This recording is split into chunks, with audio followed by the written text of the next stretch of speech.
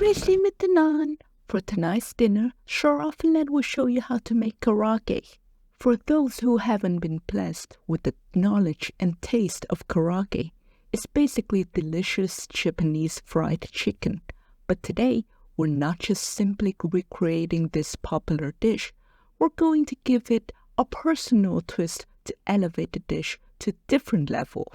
Are you curious what our secret twist is? Let's roll into the kitchen and find out. For this dish, we will first need to debone 1 kilogram of chicken thigh and cut it into bite-sized pieces like this.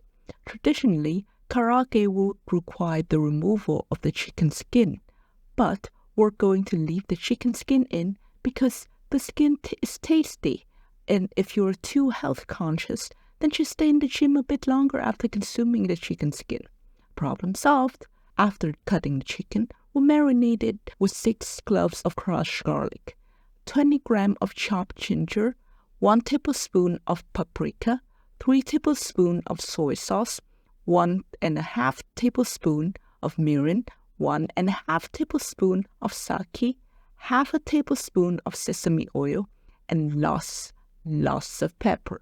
This is quite a traditional karaage marinade.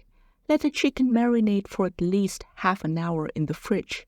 After about half an hour, it's time to prepare our batter.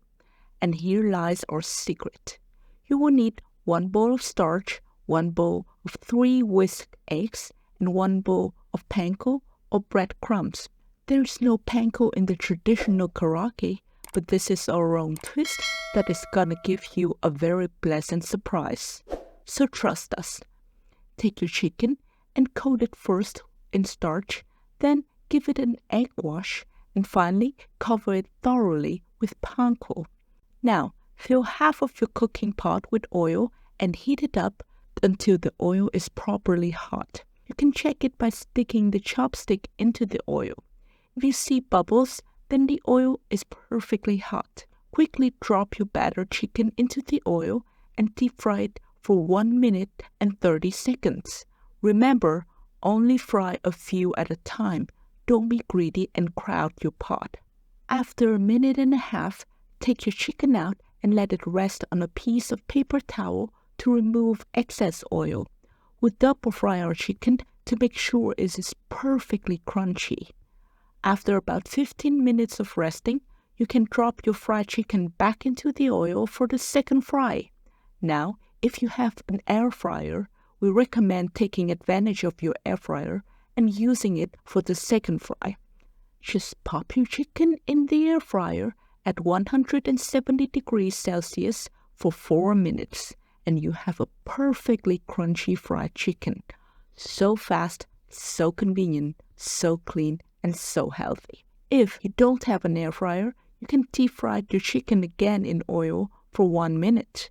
You will get the same perfectly crunchy chicken as the air-fried one, just with a bit more oil. But a bit more oil and grease once in a while isn't going to hurt anybody, right? Just stay in the gym a bit longer and problem solved. You're already there to burn off the calories from the chicken skin anyway. Just slowly fry up all your chicken pieces and voila, there you have it. Your very own Japanese fried chicken that is going to give you ultimate happiness and perfect motivation to start hitting the gym. And if you're getting hungry again after your productive and sweaty exercise session, just like and subscribe to our channel for more recipes to reward yourself with a yummy meal. Just click on the video right here on your screen and start preparing your next dinner. Now all that's left is